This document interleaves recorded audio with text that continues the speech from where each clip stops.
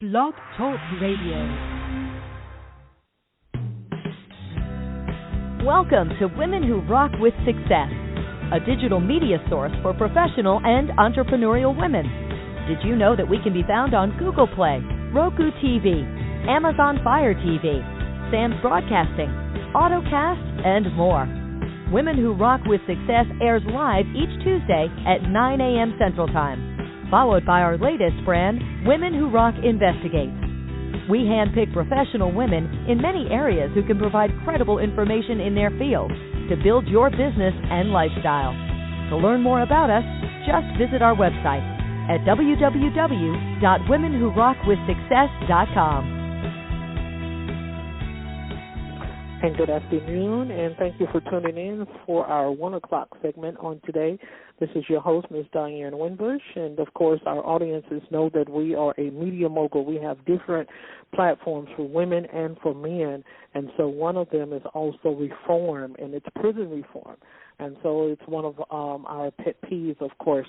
And so our next guest that is in the studio, he will be talking about his experience from one part of the prison to the Bar Association. So everyone, welcome to the show, Mr. Jeffrey Deskovic. Good afternoon. Hi, good afternoon. Thank you for having me.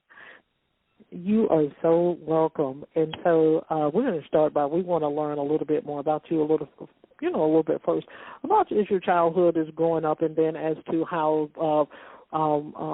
this came about of the wrongly conviction. So you can kind of start with some of your little hobbies when you were a child, and what you like to do and what have you. So you can go ahead and share that with us at this moment. So growing up, I grew up in Peekskill, which is in Westchester County, New York. It was the suburbs, middle class, ethnically diverse. I would say I kind of lived a double life at the time. After school, I was like one of the main kids in the apartment complex and the surrounding area nearby. So kind of whatever I would suggest would be what we would do. We're going to play basketball, we're going to ride bikes, we're going to go to the movies, we're going to play Monopoly, we're going to do video games or any number of other types of sports, swimming, etc. But that was after school. In school was a different story. The kids there were older than I was. And, I was really not into organized sports. I was not really into, parties and chasing girls. And I was kind of like on the outside of the fringes of the society there. And so, that was my life in school. And later on, as the story evolves, that'll become a factor. Okay, great. And so you basically, in some aspects, you were the leader, and then when it came to school, you was basically actually, I wouldn't say a follower. I guess you were just, neutral, I want to say.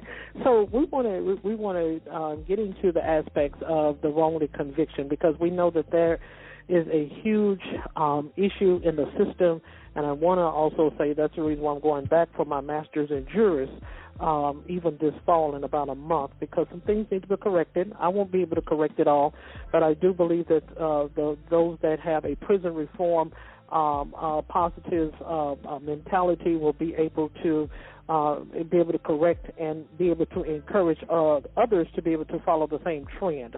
So we want to talk about the conviction as to how you were exonerated. Yeah, well, yes. So I was wrongfully convicted of a murder and rape. I was arrested when I was 16 years old for the murder and rape of a high school classmate. I got on the police radar because the police interviewed a lot of students from the school, and some of them told them that they might want to talk to me because, as I mentioned, I didn't quite fit in. That was how I got on the police radar. And in addition, I was a sensitive teenager, and the police interpreted my being sensitive, being emotional, as some sort of outward sign, like I was sorry for what I had done. So then, lastly, they got a psychological profile, which from the NYPD, which purported to have the psychological characteristics of the actual perpetrator, and I had the misfortune of matching that profile. So for about 6 weeks, the police would play this cat and mouse game with me, in which half the time they would speak to me as if I was a suspect, and the other half the time they would pretend like they needed my help to solve the crime. They would say things like, the kids won't talk freely around us, but they will around you. Let us know if you hear anything. Stop in from time to time. They asked me opinion questions and congratulate me that my opinions were correct.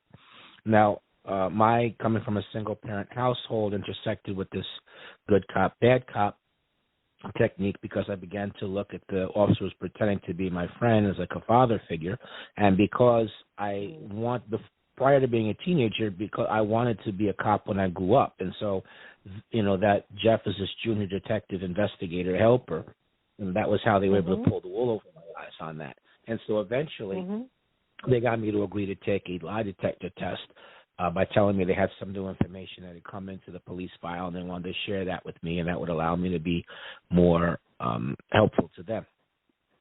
So the next day, rather than go to school, I went to the police station for the test. Instead, they drove me from Peekskill, which is in Westchester County, New York, to the town of Brewster in Putnam County. It was about 40 minutes away by car, so that meant I couldn't leave anymore on my own. I was totally dependent upon the police. There were 3 cops who came with me from Peekskill, but then there was also the polygraphist himself, who was a Putnam County Sheriff's investigator, Daniel Stevens, but he was pretending not to be a cop. He never identified himself as law enforcement, and he never read me my rights. I didn't have an attorney present. I wasn't given anything the entire time I was there. They gave me a 4-page brochure which explained the polygraph, but it had a lot of big words in it that I didn't understand. But then I figured that, I'm here to help the police anyway, so what does it matter? Let's just get on with it. And from there, they put me in a small room, and he gave me countless cups of coffee to get me nervous, and then he attached me to the polygraph, and then he launched into his third-degree tactics. So he raided my personal space. He raised his voice at me. He kept asking me the same questions over and over again, and he kept for 6.5 to 7 hours. Towards the end, he said, "What do you mean you didn't do it? You just told me through the test that you did. We just want you to verbally confirm it." And so that really shot my fear through the roof. And at that point, the officer who had been pretending to be my friend, he came in the room and told me that the other officers were going to harm me, but that he'd been holding them off but couldn't do so any longer, that I had to help myself. Then he said, "Just tell them what they want to hear. You can go home. You'll go home afterwards. You're not going to be arrested." So being young, naive, frightened, 16 years old, not thinking about the long term, instead just being concerned with my own safety in the moment, I was overwhelmed emotionally and psychologically, and then this threat, and then this false promise. And so I took the out which he offered, and I made up a story based on the information that he had given me in the course of the interrogation. By the time everything was said and done, I had collapsed on the floor into a fetal position, crying uncontrollably, and obviously I was arrested. So that was how I came to be charged with a murder and rape, which I did not commit. Oh, wow. Now, that is devastating. Wow. I don't even want to just even piggyback on that. That is just totally devastating, especially when we trust the law in some aspects, and then when it comes to the interrogation, they will do everything that they can do to be able to exhaust, I guess, the person that they're trying to accuse in order for them to cop to a plea or what have you. That's weird. Well, it's not weird. That's just part of America. So even with that, through your process, you were able to come out of this. That's the important factor of it.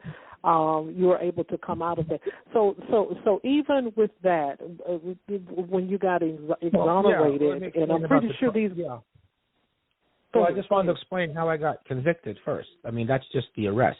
I went to trial, which I lost. Oh. So the DNA test results didn't match me before the trial, which showed that semen found on the victim didn't match me, but the prosecutor got the medical examiner to commit fraud and claim that the victim had been promiscuous, which was a lie. But so in order to wrongfully convict me, he was willing to trash her reputation.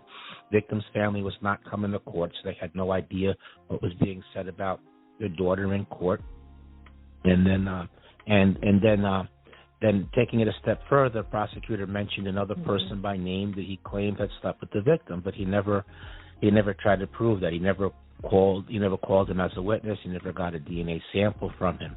On the other hand, my attorney basically didn't defend me.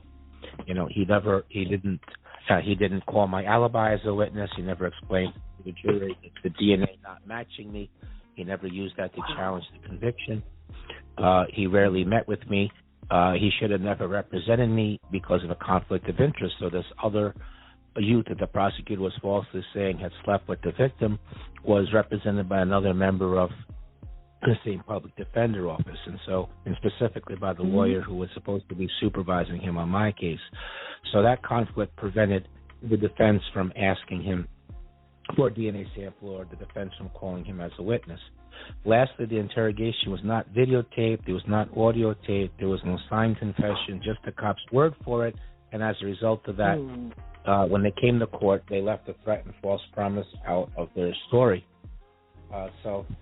My lawyer would not allow me to testify either, and so the end result of everything was that I was wrongfully convicted of a murder and rape, and I was given a 15 to life sentence because I had been charged as an adult, and I was sentenced as an adult, and I was sent to a maximum security prison where I would spend 16 years. And I lost 7 appeals. I got turned down for parole because I maintained my innocence based on maintaining my innocence rather than expressing remorse and taking responsibility.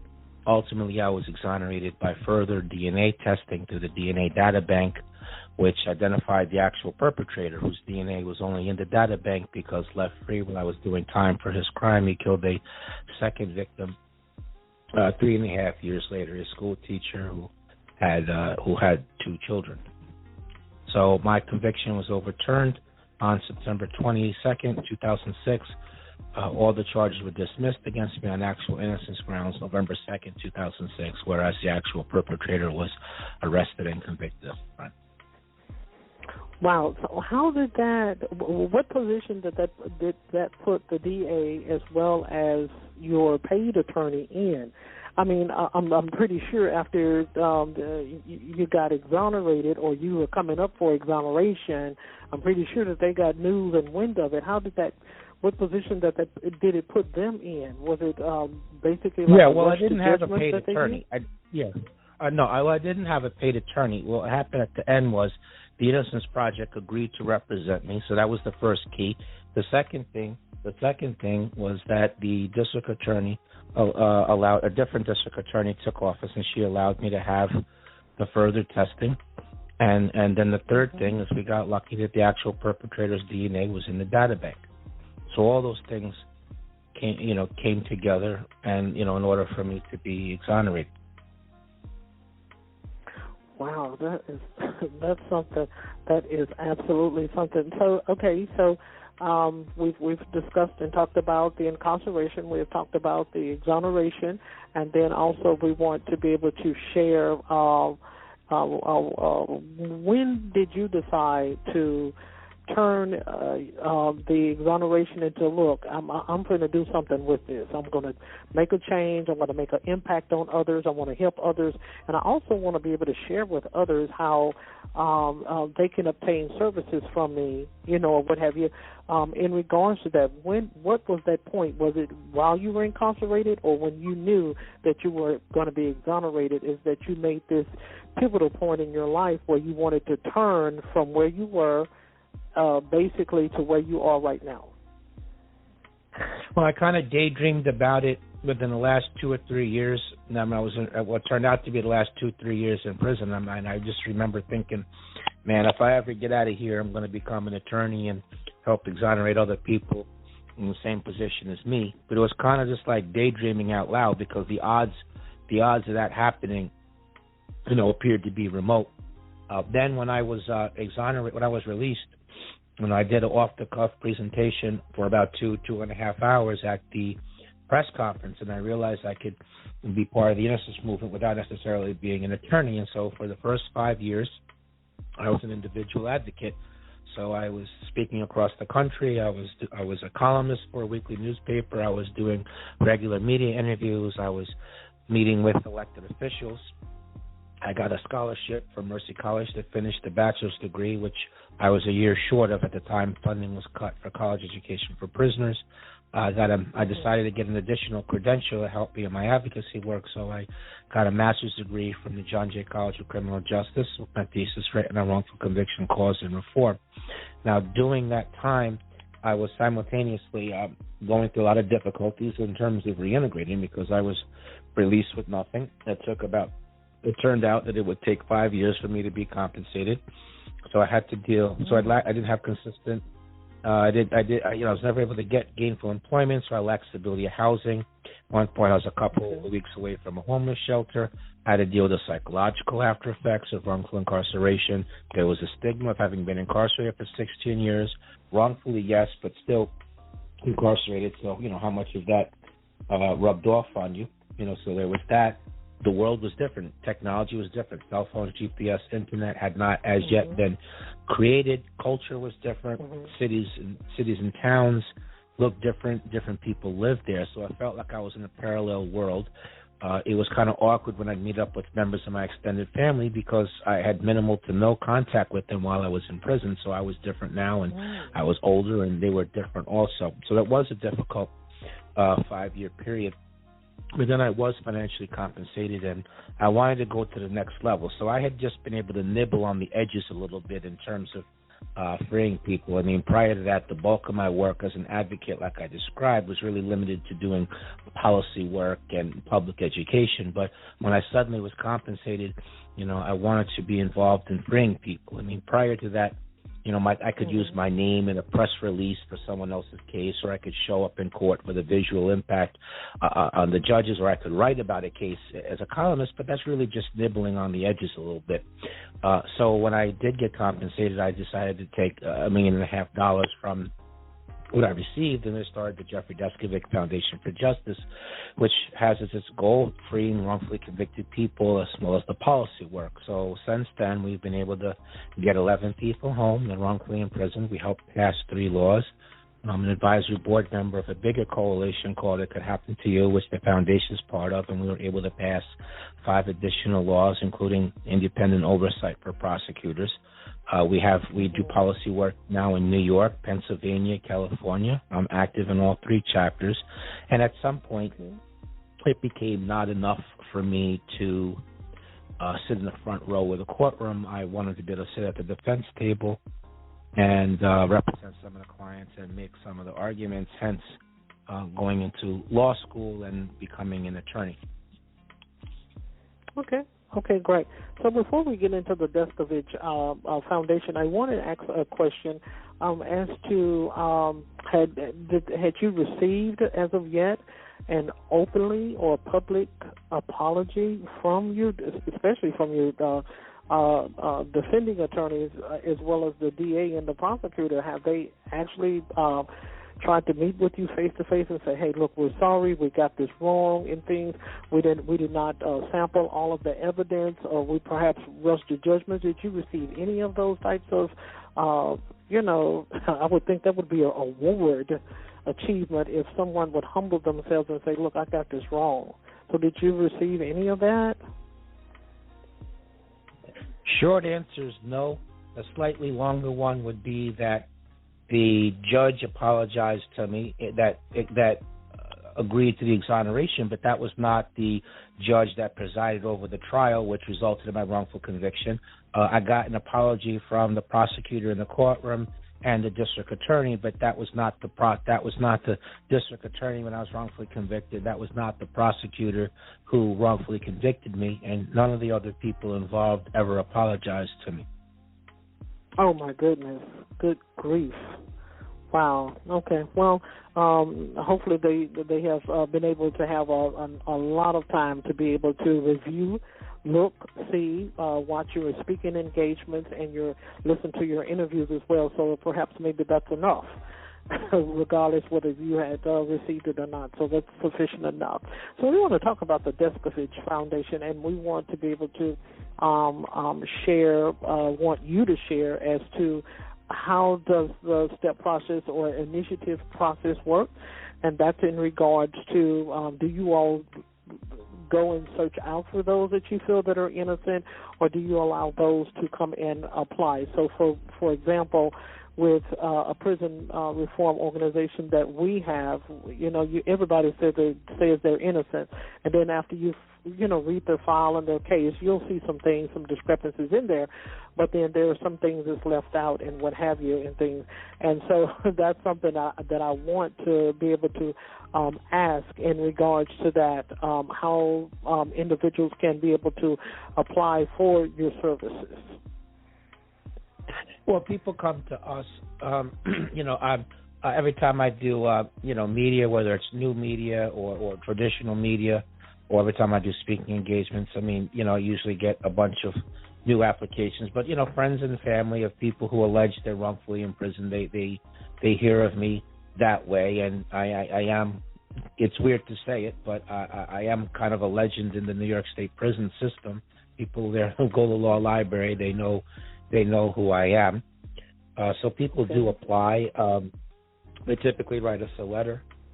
So that it starts from there. But right now we have 10 cases that are active, and we have another couple hundred that have been waiting for a number of years just for us to screen it. So at the moment, we're not currently taking new applications because we're trying to dig ourselves out of that backlog. But we are actively, trying to do some fundraising so that we could, increase our capacity of how quickly can we screen cases, and how many other cases could we then take on. But that's when we get the public support for that. We're working on 10 active cases right now, and even that's a little bit too much. And there's another 7 that are approved and are waiting. So that's what our situation is now in terms of that. But long range, I would love to. Again, to do this the right way, it's everything you need from an executive director to, attorneys, paralegals, investigators, other essential personnel. It's a $1.3 million burn rate is what it is to do this really the right way. So right now, we went from paid staff to a bunch of volunteers and, attorneys that are looking for us to give them some good cases, which is a case that we've already screened where a person's innocent and there's a potential route to victory that we've already mapped out. So, that's what we're doing now as opposed to not doing anything at all. But we are, again, looking to fundraise so that we could keep the volunteers as, supplemental to the main workforce, and, we'd be able to do things in a quicker manner. But long term, I'd love to have a office in each state and ultimately in each country, because I see wrongful conviction as a worldwide issue, and places where we do not hear about wrongful convictions, it's not because they're not happening. It's simply because nobody is working on it. But all that will be when we're able to get the public support that that we need to expand in that way. Okay, great. So with a couple more segments, this segment we want to kind of talk about prison reform, and so how close are we to it in regards to America? I know that that was one of the pet peeves for the president, that when he started talking about the I think it's the Justice Safe Act, if I'm pronouncing that correctly.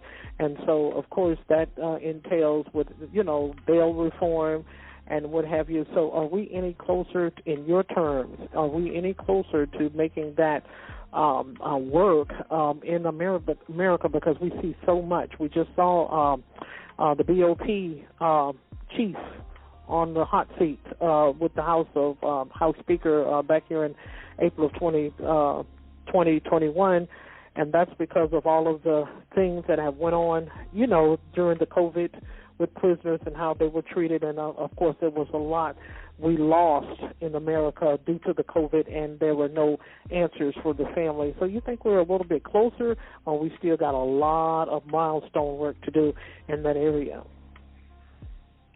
I would say both. So, like in the documentary short about me called Conviction, which is on Amazon Prime, which is about my advocacy work and life post-exoneration, I use that platform to draw attention to a lot of disturbing things that I saw up close and personal beyond wrongful conviction. So I spoke about things like elderly in prison and, need for parole reform, whereby candidates whose rehabilitation is clear are repeatedly denied parole just based on what nature of the crime was, which is kind of like a complete abandonment of the idea of rehabilitation. I spoke about elderly people in prison and how the medical care in general is terrible in prison, but that the prison is particularly inept at treating the advanced medical needs and compassionate release when a person has been determined to be terminally ill, and how by the time a decision is made, they either passed away or they have a day or two left, and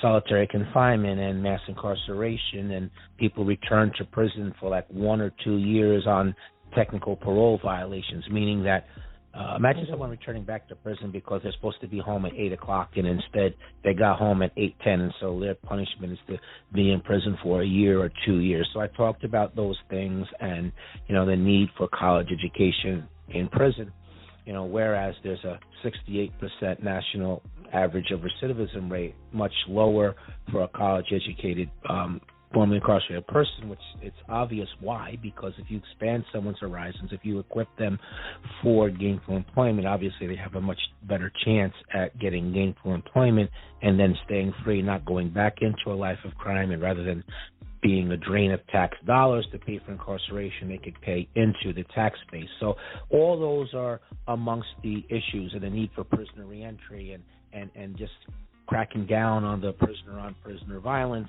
and just the verbal abuse by the guards to the prisoners. So all those are, issues that I think are really of paramount importance. And so in that aspect of it, I would say that we are closer in the sense that there is a mood for criminal justice reform, which is swept the country. It has taken stage front and center. So in that aspect of it, we're a little bit closer. On the other hand, there's a lot of work to be done. I mean, I just mentioned maybe 7 or 8 issues right there, and then there's a ton of wrongful conviction causes that all require remedial legislation, and that's a state by state basis. Federal legislation would only cover federal prisoners, federal cases. So in that aspect of it, we're very, very far. We're very far away. One of the things I'm trying to do as an advocate is linking, the deadly, unjustifiable deadly police force and police brutality. Those things need to be linked with all these other issues and with wrongful conviction rather than looking at them in a separate pot. So the police killing people unjustified, beating them, and then planting evidence, coercing confessions, not using accurate identification procedures, lying in court. All that is all part of the same, and really that's been the problem in years gone by. I remember when I first opened my foundation back in 2011. In 2012, the rage became mass incarceration reduction, and that kind of sucked all the oxygen out of the room, and no one was talking about wrongful conviction anymore. And so this new thing with police reform, while I'm all for it and I support that, let's not forget about wrongful conviction either. Let's not forget about the issues pertaining to incarceration. And by the way, beyond the cops, let's think about the prosecutors too. And at the same time, it's not against cops and prosecutors, definitely against rogue cops and prosecutors, but the ones that do their job legitimately, that respect constitutional state rights and follow correct procedure and law, no problem with them. But the issue is that, there's too many that it does. It's not a bad apple. Bad apples, a few of them. I categorically reject that characterization. If it was a few, there wouldn't be 2,805 exonerations per the National Register of Exonerations. We wouldn't see all this brutality. You wouldn't see the deadly police force. There's a lot more than that. At the same time, it's not everybody either, but anybody in the prosecutorial or police profession that knows of misconduct and you look the other way, then to me you're not clean, you're not good, you're part of the problem just as much as the actual criminals. That's right, I call them the criminals. When they break the law, they're a criminal also. So I think that some of the rhetoric that I've seen going on, let's defund the police and, places actually taking that to the extreme and actually dissolving. Look, if I call 911, God forbid, if I have an emergency, right, and my life's in danger, someone else's, I'm calling the cops, all right? And I don't want to be put on hold. And when there's a problem and the cop needs to show up, I want it to be a police officer. I don't want it to be a social worker. I don't want it to be a psychologist. I do want it to be a cop that's better trained, especially dealing with people with mental health crises that's going on. And I 100% want accountability. So there's all these nuances and things that I don't know is always being kept clear, front and center by the masses of the people. And so trying to cut through that and keep the message, correct and in the middle and not extreme in one side or the other has also been, one of the challenges, that I really have tried to meet to the extent that I can. But I guess all that was just to say I should have just simply told you, I think that while there's greater awareness of justice reform, I think that there's a lot of work. We're still far away. And maybe the last little thing I'll say is, when there are no asks, when there are no specific legislative changes, if there are no specific policy changes, if there are no bills, if there's no asks, if it's just general, we want police reform and that's it, this is all going to wind up going the same way that the Occupy Wall Street movement went, whereby tons of energy, tons of participation, money being thrown around left and right, but no specific ask. And at the end of the day, it fizzles and no change. And are we any the better for it today? Not that I can see. So, that's the other thing. You want changes, you want police reform, you want justice reform. We got to name the specific issues. What's the deficiencies, what's the reforms, and push those.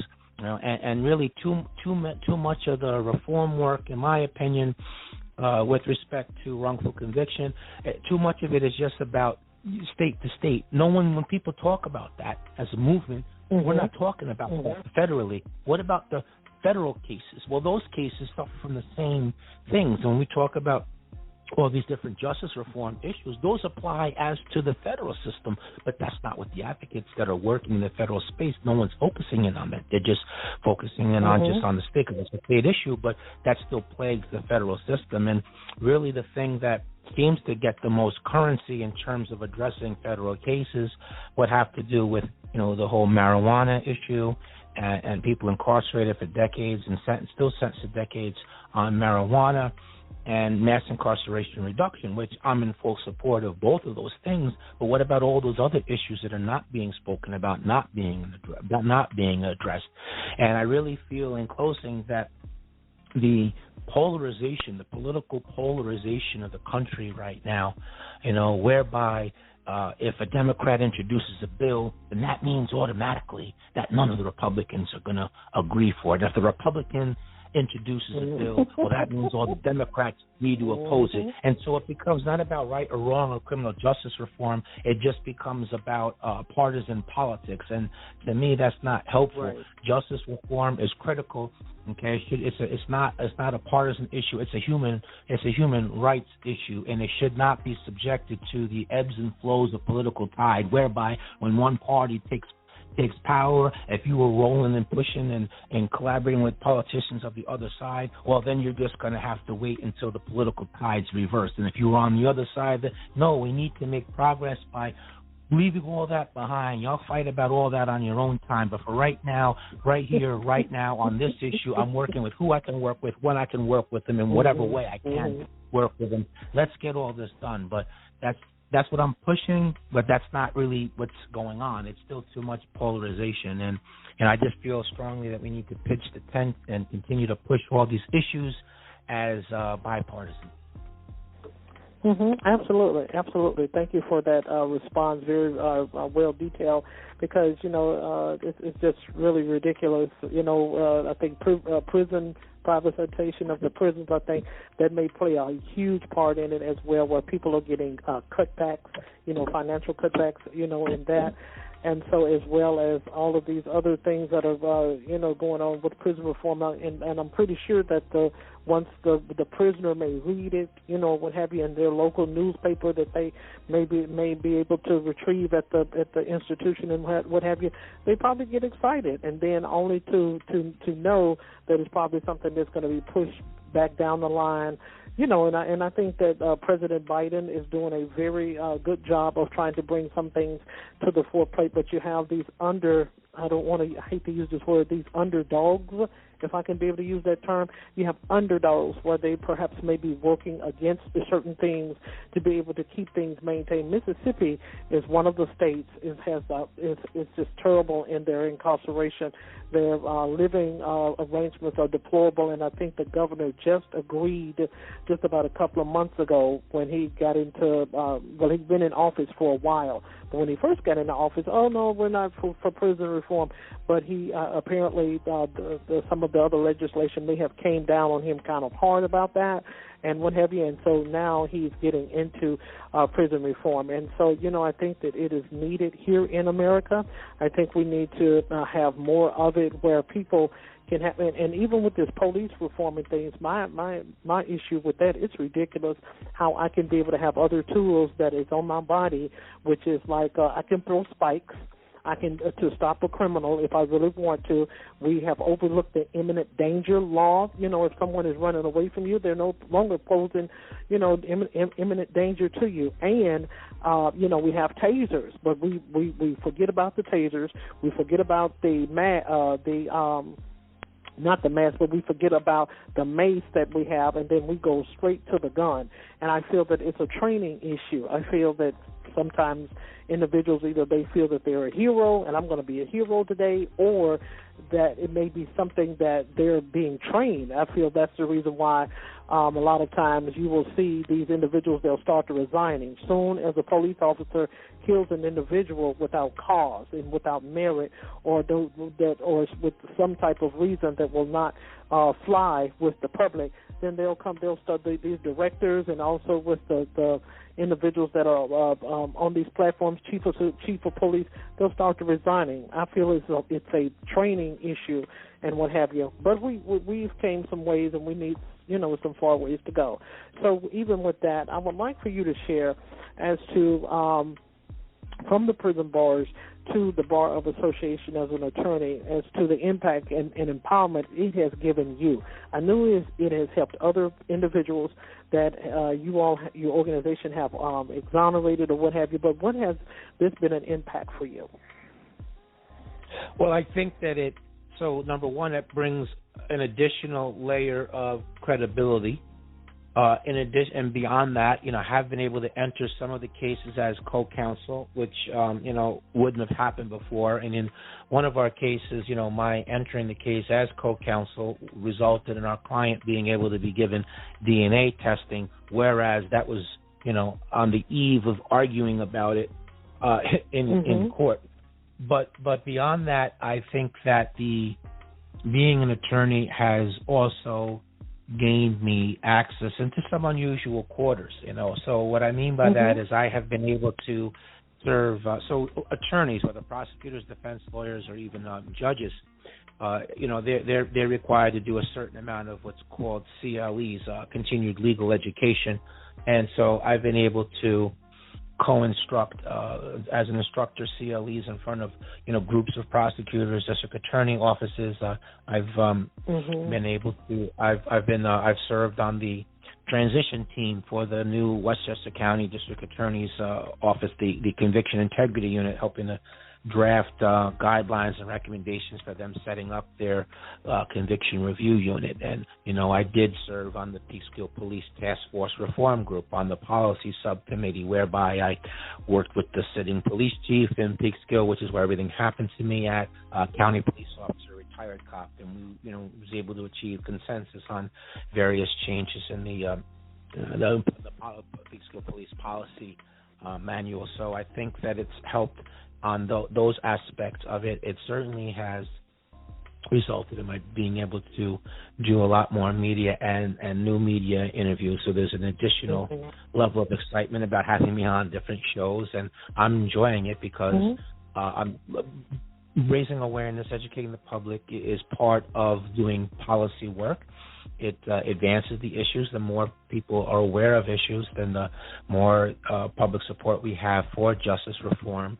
As goes I, to some extent, as goes my organization, and to some extent, as goes the issue itself. So it's really helped out a lot in that aspect. But then also internally as well, it's an additional confidence level factor for me also. And I hold myself to the highest professional standards, and I don't make excuse for myself. I don't say, well, yeah, it's the best you can do, considering you were locked up for 16 years wrongfully from age 17 to 32. No, I just compare myself to a regular attorney, same age as me, same level of experience, without the factoring in anything else. So I don't cut myself a break. I take pride in that, and not doing that. So I think all those ways, the law school, being an attorney and going to law school, really has helped in a lot of ways.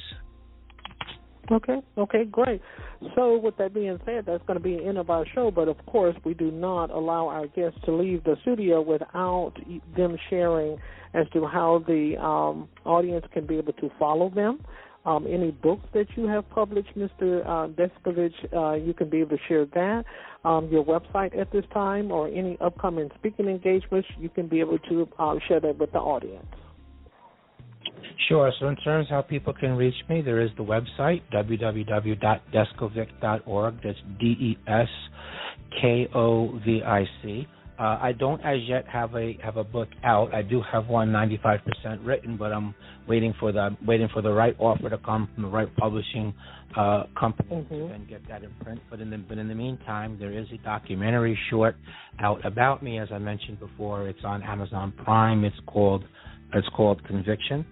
So people can check that out. In terms of keeping up with the advocacy work that I do have a public figure page on Facebook. I'm on Instagram and LinkedIn. And in terms of just support for the mission that I'm doing, and wanted to share that I work 50 to 60 hours a week. It's a labor of love. I don't get paid for it. I'm able to earn a living through certain dividends and interest that I earn every month just from some really safe investments from the compensation that I got. So my point is, all the public support that comes, 100% of it, goes to the cause of, freeing wrongfully convicted people. And we do have a Patreon page, which is for people who are willing to be recurring monthly donors.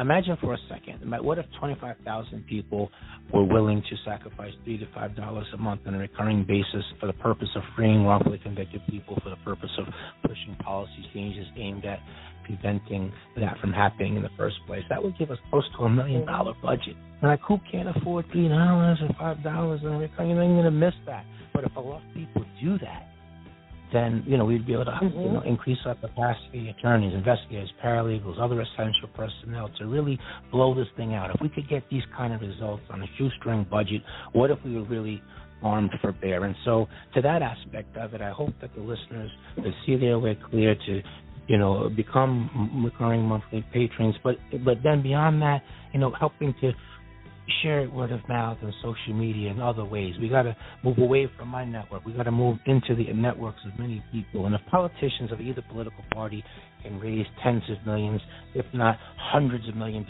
of dollars from what they refer to as small dollar donors, why can't we do that for criminal justice reform? Why can't we? That's not a rich person's game.